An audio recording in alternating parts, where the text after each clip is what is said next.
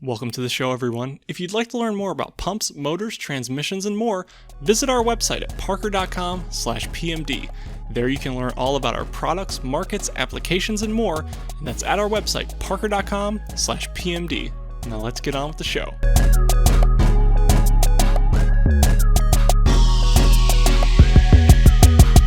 Greetings, true believers. My name is CT Leffler, and welcome to this episode of Pump and Motor Dialogue.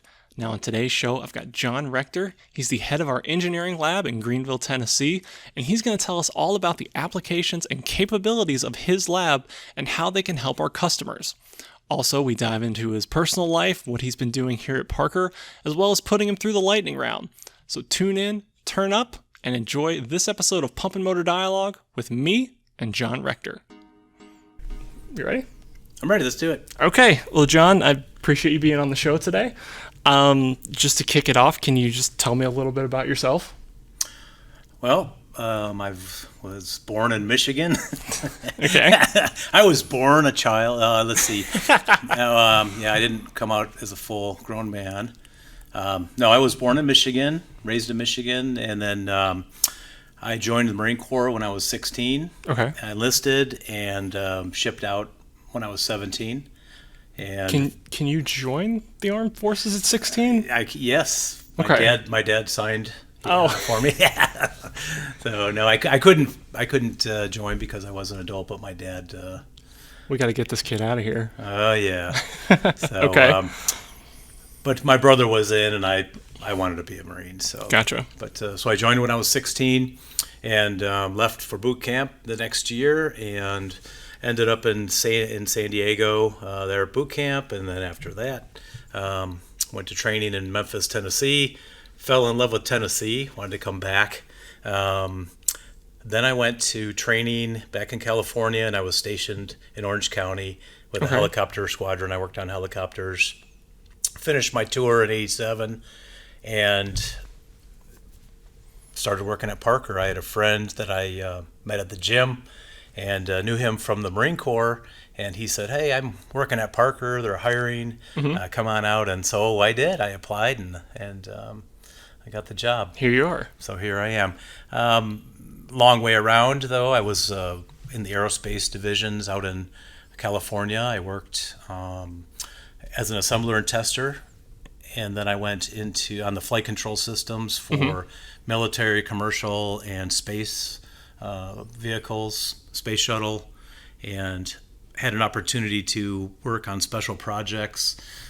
We had contracted with Pratt & Whitney for convergent, divergent actuators, basically to vector the exhaust over the thrust of the aircraft so that when they're flying, they can vector the exhaust to increase their ability to turn and to stop and accelerate, all kinds of things. So Gotcha. I worked on the special projects on those actuators for about 2 years, and then moved into an engineering lab position there in California. And then after that, I had an opportunity to move to Ogden, Utah, as an assembler tester, and met with the president of the aerospace group out there, Bob Barker. And Bob Barker. He was the president. All right. I was thinking, Bob Barker coming Right. down. I know it's not right, but he was a great guy. That's exactly what I thought. So That's what I thought. Yeah. But I kind of bit my tongue. But anyway, Bob was a fantastic guy. He listened to what I had to say about the testing that I had done, and then I was continuing on to do testing at an engineering lab type of level there in Ogden. They didn't have a lab, but I was able to bring in some equipment and then use the skills that I had learned in Irvine to start testing for the different projects we're working on. And I asked him if we were going to build a lab there in Ogden, and he thought about it, and he said, "Yeah, I think I am." And I go, "I would like to be the lab manager there. I would like to start it." So he did put a position on the board, not he, but the division, and I was selected out of 8 candidates to get the job, and that was back in '97, and so I worked there at the division in Ogden, and we didn't have an engineering lab per se, but my boss gave me the opportunity, Rex Rhodes. He had been with Parker for 43 years, just a wonderful man, and learned so much from him. And he mentored me, and we were able to build the engineering lab. They gave us a $3 million budget, and we laid out a floor plan and had the architect look at it, and we got the approval, and we built the lab and brought in equipment and power and started. It's still running today. So No, that's pretty cool to be able to build a lab from the ground up, however you see fit. it was a great experience. And then Rex was there to watch, and he would mess with me, but he was he was a great guy. Yeah. So he was a lot of fun. So he's passed a few years ago. He passed away, and just a wonderful man. Is a huge loss for us. So, but after that, I went from Ogden and moved to Michigan. I had an opportunity to move back to Michigan, and I'd been talking to an engineer there in Ogden about it, and he goes, "Hey, the engineering lab manager from Michigan is here today. Would you like to meet him?" And I'm like, "Wow, yeah, okay." So away we went, and I went upstairs and met Mike Schiebeck. And Mike said, "Yeah, I've got an opening. Put in an application." So I did. Flew out there, interviewed, got the job. So it was Nice. So which part of Michigan was that? So Kalamazoo. Okay. That's the ABEX division there in Kalamazoo. Okay, yeah, I've been there. More aerospace and a different aspect of the utility valves and pumps. So I had a chance to go there and work for 7 years. Mm-hmm. And during that time, I did go back to school, and I finished my degree in business management. I was thinking engineering, business management. I just feel more led to work directly with the team, with the people, and feel more comfortable doing that. And working with engineers and gain the experience working all kinds of new projects and sustaining. Was that Western Michigan University? No, I actually went to the University of Phoenix. Oh, okay. So, Every person I've ever met that, worked in Kalamazoo or was from Kalamazoo, yeah. like, yeah, I went to Western Michigan. I'm like, oh, it's shocking. Well, I was working so many hours. We were working 10, 12 hours a day. So it fit into my schedule, and they had a good business program. And they did have a campus there. They had the classrooms. So I went to class and did a lot of writing and a lot of speeches, a lot of homework. So took it serious, and I gained a lot of experience, and would promote that school for the fact of the professors, the teachers, instructors. They're all professionals. They are executives from companies, or when we were taught business law, actually a lawyer who was retired from the state of Michigan and worked in Lansing came and taught the class. So you're getting information not from a professor who's never worked outside of a campus to professionals in that field. So I have notebooks full of questions and answers from these professors, these instructors. And so anyway, there was a job opening here in Greenville, and I put in for the job and came down. I got the job. I worked for Mike Crosby for a number of years as the lab manager, and we were launching the new transmission projects for this division. So the engineer at the time, Barun Acharya, was the chief engineer on that. And so I've had Barun on the show before. Oh, yeah. Barun's a great guy. So learned so much from him, and then we started launching the projects. Yeah, so that was a real pivotal moment for this division when transmissions came on board. Oh, it was huge. So that was a big deal. And so after a few years, I was given an opportunity to do a bubble assignment as the program manager, and I ended up launching 5 more projects with that. So we added $50 million a year in sales since the launch in 2008 of those projects, and continuing to grow. So that was huge. So now we're working on the next projects. Anyway, so during those periods of time, I went back to school for my master's here in Greenville. I went to Tusculum University, and so I have my master's. And I just really... Your master's in business administration? Yes. Okay, got it. Yep. So working with this team and all of the technicians in the lab and the engineering group here, and with you, CT, we've done some things. We've done some things. Yeah, we've done some photo shoots and all kinds of fun things. So, photo shoots, some video shoots. Oh, you always got a couple mowers for me if I'm bringing people through for training. Yeah, always have something fun going on down there. Yeah. So, the new projects that we're working on right now. So the EV program. Oh, yeah. So that's coming along. That's big. That is a big deal. So we're really excited about that. Very cool. Well, I appreciate that look at your background.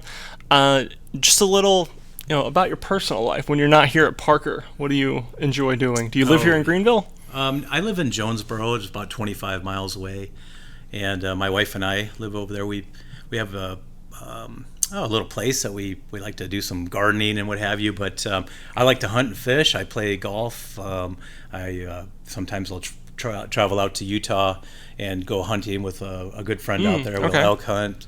And I bought a side-by-side last year, so my wife and I go out and ripping around on that. All right, nice. And so we do some hiking. She likes to hike, so we there's so many places around here to hike within half an hour. You can be up in the mountains, so we really enjoy that. Yeah, I mean it's just kind of tucked into the, would you even call it the base of the Smoky Mountains? Or yeah, we're right at the foothills. You're in it, so, yeah, we're about 1,700 feet. And yeah. Then, 45 minutes up the road, you're at 4,500 feet. Exactly, so, yeah. Yeah, the Appalachian Trail's not that far from here. You can Right. So you got a ton of places to go and hike, and I mean it's beautiful. Like really any time of year. Like it's been a while since I came over here during the summer months, and it's just lush and green and fantastic. Yeah. Okay. So you mentioned you're the program manager, engineering lab manager. I don't mean to sound flippant or anything, but what does that do? What do you do, John? What do I do? I come to work and get a paycheck. My main job is to meet the demands or the timelines of the program management officer. Todd Link has several programs going. So everyone knows how these programs go. There's a timeline, and you try to meet it with prototypes and concept and feasibility and get it into production. So we're trying to follow those and meet or beat the dates. And also I work with sustaining engineering on all of the programs we currently have to maintain and check the parts as we change due to the supply chain issues around the world. So we are constantly looking for suppliers, and whenever we change a supplier, we have to requalify their part on the project. So I'm responsible for those projects, and also I have 6 lab techs that work for me and a contractor. So making the assignments and keeping everything moving along and keeping the lab supplied. And we're growing the lab. We're changing things in the lab, upgrading equipment, our test stands with new software, hardware, or server networks and what have you. So we are trying to stay very current on how we run the lab and to be updated so that when we work with the engineers, internal and external, our customers, that we can supply them with data and information and video footage or whatever they need in order to make a decision to choose us. We want to be real-time data with them too. Yeah, kind of an all-inclusive package. Like we don't just sell them the transmissions or the wheel motors or whatever. Like we do the testing. We help them if we make any changes. Like it's kind of an all-in-one. Right. That's my responsibility, is to manage all of their skills. I have so many different skill sets in the lab, and then as I have a project that comes in, I assign it to those who have the solid skill set, and then someone else who's learning. So they can be very cross functional in their responsibilities and duties when someone's on vacation or they have many things going on, and then I can just keep everything flowing along by making the assignments. So that's projects, and then the AFEs and submitting those and working with the engineering manager, Jeff Osterman, to make sure we're on budget and on task and keeping things moving along. Okay, so when you're qualifying or requalifying a part number for a customer, or if it's a new part number for Parker, do you utilize any Six Sigma or statistical analysis when you're going through that. Can you talk about that a little bit? Basically, when we're trying to, if it's a simple by design or we're making some changes, quality is extremely important, and then working with our quality department and layout or following the processes to make sure that we are meeting the specs that are called out on our drawings and in the test procedures, so that we know what we're putting out there is exactly what the customer wants, and to meet their demands, to exceed their demands, and give them the best products possible. As far as statistical process control, we do collect a lot of data, and we collect it at a high rate. So we are producing data for engineering to make their decisions on, to give to our product development teams, and we are constantly trying to give them the best data as possible so they can make the most accurate forecasts and decisions on our products. Okay, so data collection is very important. Key, It yes. sounds like you're doing it practically all the time. Yeah, that's the product of the engineering lab, is data. Mm-hmm. We're not high producers of volumes of product. It's data. Okay. All right. Well, can you give me just a virtual theater of the mind, if you're a D&D nerd, tour of the lab? Like, what all is in there in the lab? I can't tell you that. It's top secret. Oh, I'm sorry. Yeah, that's like skunk works. Could be detrimental to your health. Oh, it could be bad. It could be really bad.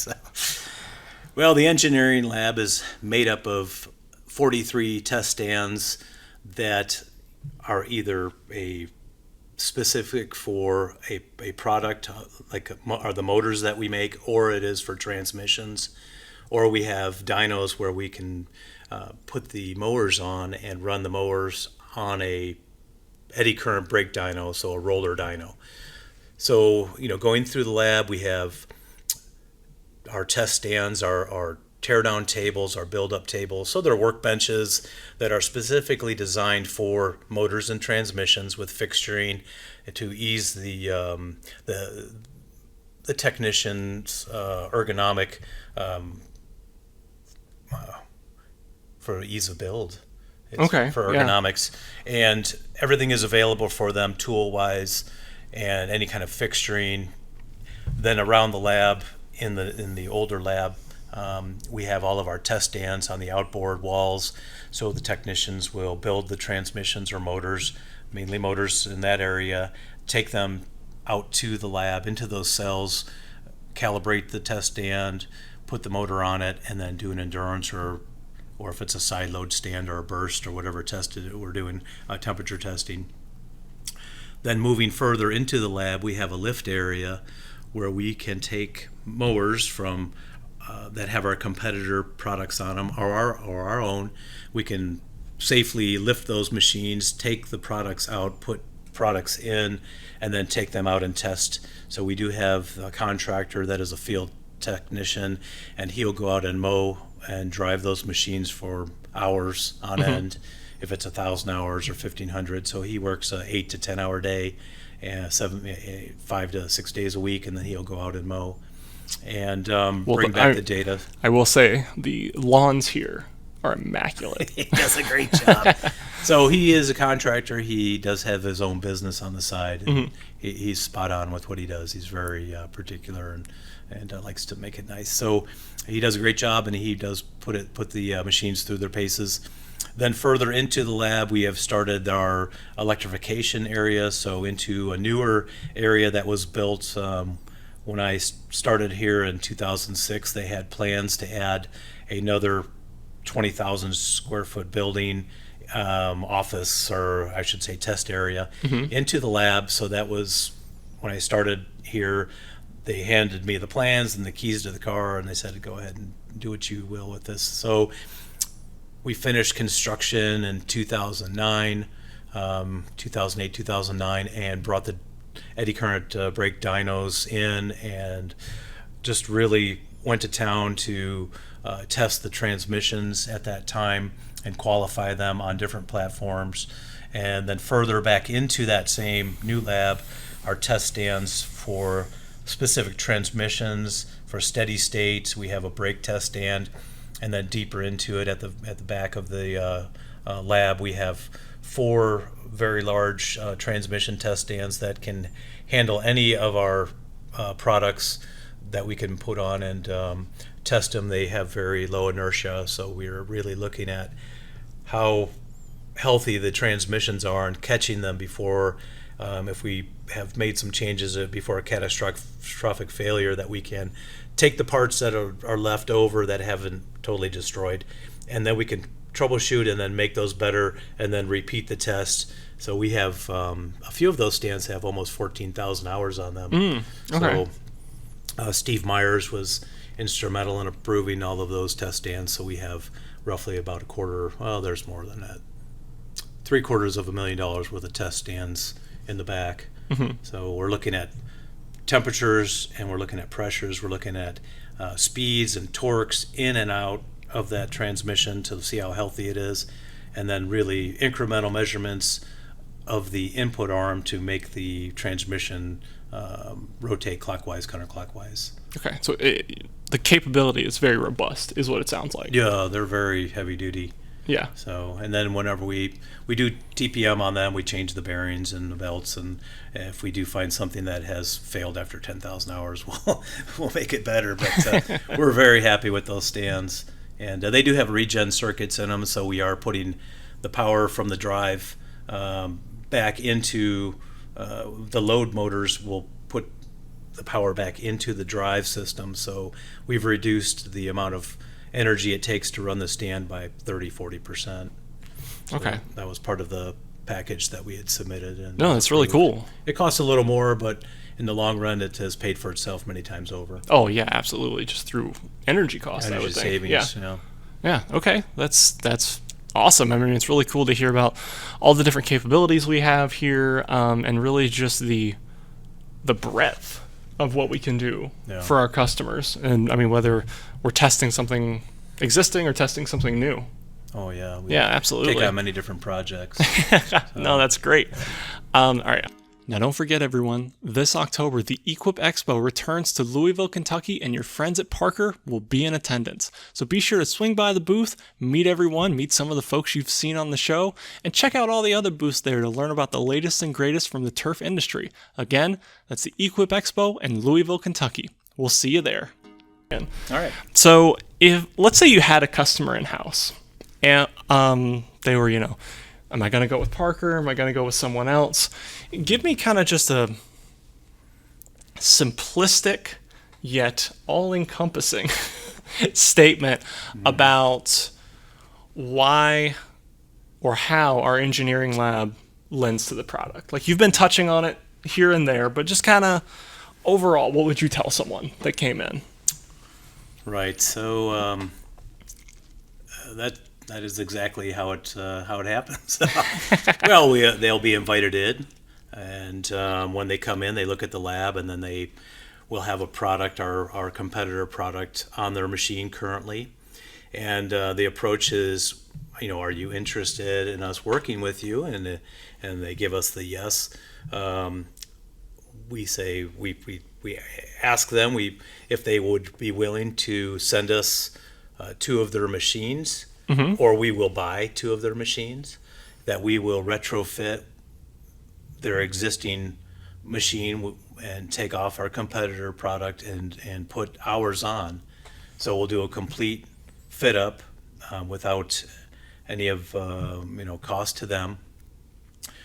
And then we will do head-to-head comparison. So with many of our customers, all of our customers, with a zero-turn mower, they have a different feel that they're trying to get to for their customer base, whether it's an aggressive or if it's in the middle of the road or if it's a passive machine.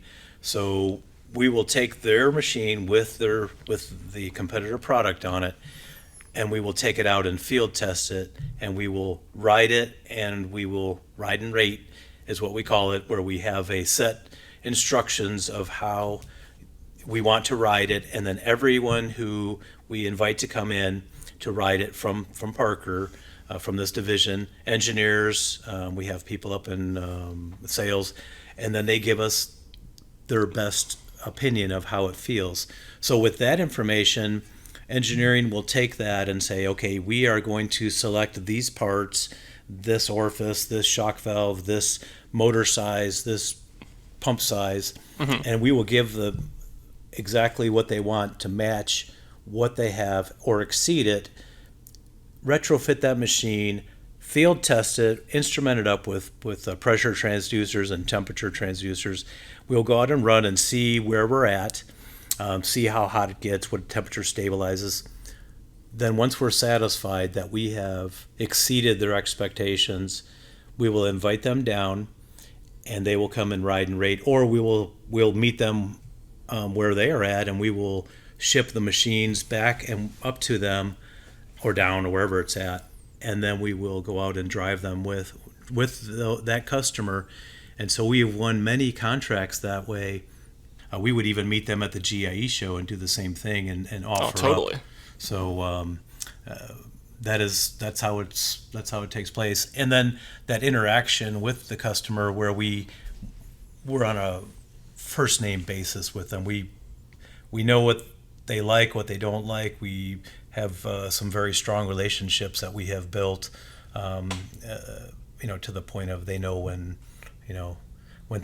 things are happening outside of work, and you send them a card, for something that happens in their life, and it's that kind of a friendship. It's not a it's relationship. It's more of a friendship, and just being open and honest with them, and they so much appreciate that. Oh, okay. No, that's building that trust. Yeah, that's a wonderful way to build trust and to just continue a relationship, whether it's within Parker or not. It's like you said, you just you become friends and you just maintain that as a friendship. That's really great. John, what would you say is your favorite part of your job? Oh, I don't know. It's probably all of it. Oh. Everything. What a cop-out. Yeah. Oh, I think, troubleshooting an issue, a problem, and coming up with a solution is my favorite part. Whether I'm doing it or the technicians are doing that or engineering. But however I'm involved with that, I really enjoy the challenge. Okay. No, that's good. That's good. Well, that's the last of my engineering lab questions that I have for you. Now, I do have a list of questions that are have nothing to do with the engineering lab. We call it our lightning round. It's not really a lightning round because usually it doesn't go fast because I'll ask a question afterwards or have you explain something or whatever. Okay. You down for it? You want to run through these 10 questions? Yeah, see what you got? Okay. Have you watched the show before? I have not watched the show. Then you're not going to know what these questions are. Okay. If you had just watched the show, then you would already know what these are going to be. You set me up. Bring it on. Hey, man, you didn't watch the show. I can't. I know. I didn't set you. You set your own self set up. myself up. Okay. All right. So first question. It's an easy one. Well, relatively. What is your favorite cookie? My favorite cookie is a peanut butter cookie. Ooh. Yeah. I don't think we've had that answer before, but that's a good cookie. one. And then you take the fork and you mash it, like make a little square on top, and you have to. My Aunt Flo would make them for me. They're fantastic. So. Wait, hold on. So you would. You take the cookie and then you roll when you're making the dough, you put it in a ball, you put it on that tray. Then you take a fork and you press it down and you go the opposite direction. Oh, to make the texture on the top. Yeah, to make the texture. Gotcha. That's so Gotcha. Cool. Yeah. All right. What is your favorite day of the week?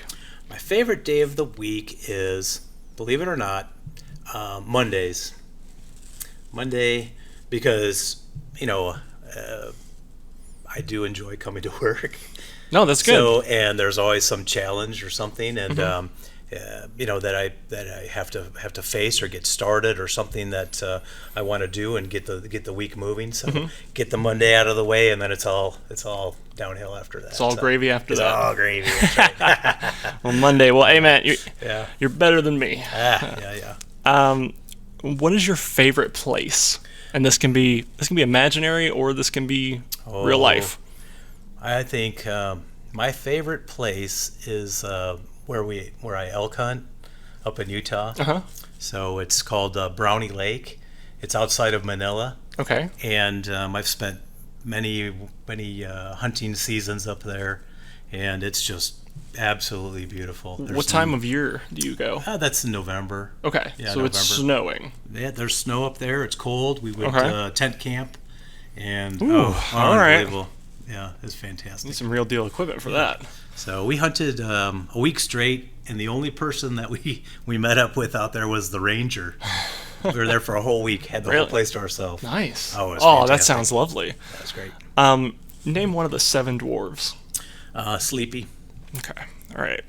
There's 7 of them, and I want to say only maybe 3 have ever been named. Really? Really? Yeah. It's not Sleepy, like they're dopey, grumpy.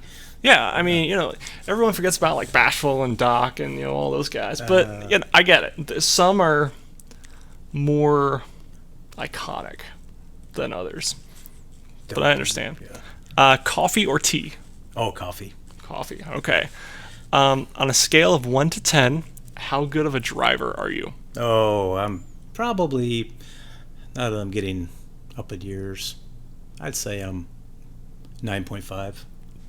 9.5. No tickets, no accidents. No, I mean that's pretty good, especially for just an everyday driver. Well, when I had driver's ed, the Michigan State Police taught driver's ed. Okay. So everybody paid attention to him, and he was huge man. So he was a big state trooper. So exactly what you think about. Yeah, all eyes were focused. Okay. All right. Fill in the blank. Taylor Swift is blank. Taylor Swift is fantastic musician. Fantastic musician. All right. Oh, I should say artist. I mean, you So could say she is good. Yeah, she they're plays. They're both good. Yeah. Okay. Yeah. You into her? Like you listen to it regularly, Yeah, or is it something? Yeah, my girls liked her. Okay. They went to concerts. So my wife took them to a concert, and they loved it so much they took off and went to another one same year, same concert. Oh, okay. Yeah, nice. same tour. So. All right. So you've been in the soup. I've been into the. Okay. All right. Into the Swifties. Cake or pie?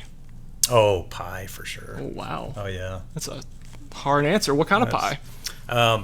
Peach pie with cheddar cheese on top.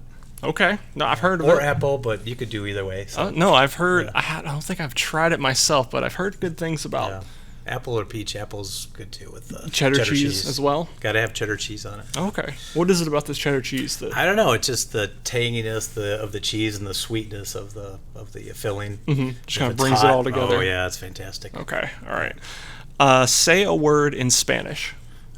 ¿Cómo está? ¿Cómo está? All right. And then last question: black or refried beans?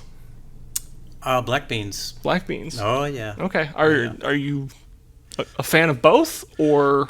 I am, but I lean more towards the black beans because I can always take them and put some salsa in there or jalapenos or the refried beans. You can't do as much with them. That's true. So, yeah. But and there's a few more calories. Not that I'm trying. But. Right. I mean, okay. So black beans, I understand. They're definitely good. Well, that's my lightning round. You did a great job. Oh, thank you. Flew right through the 10 questions. Right. Nothing held you up too bad. Yeah. So last question that I ask everyone. Give me one personal goal and one professional goal that you have for yourself right now. Okay. Yeah, personal goal is to get in shape. I'd like to start running 5Ks again. Okay. I don't know if I do a 10K. That's a little bit much, but that's understandable. Even if I started to a point where I could trail run would be great. Mm-hmm. So professional goal is to I'd like to get my PMP certificate. Okay. So work on that, and that's probably one of the. No, that's a good one. Absolutely. Yeah. Okay. Any plans to get started on either of those goals soon? Oh yeah. Okay. Yeah, we're in process. So. All right. Yep. Nice. Very good. Very good. Well, John, that's all I've got for you. Is there anything else you want to say we may have left out, or that you just want to put out into the world? Well, all of my years, I've worked at Parker for 35 years, going on 36 years. Every day has been just a great day. I look forward to coming into work. I'm not trying to be smart about that or anything, but no, absolutely. I do. I really enjoy working with the people. That's it is. I mean, we are made up of a group of people from all different backgrounds and life experiences and knowledge and it's just a lot of fun working with everybody and getting to know people. So worked at so many different divisions and had a chance to meet so many people that have impacted my life, and hopefully I'll be an impact on someone else's life in the same positive way to continue on. And after I've retired, that people will take the helm and keep driving this huge machine. Worked at 5 different divisions, and every one of them is as much fun as the last one that I've worked at, and it's been a great journey. All right, is this your first podcast?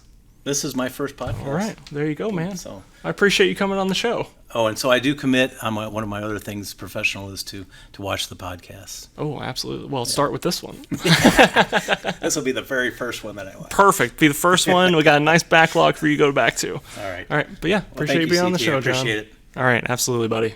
Okay.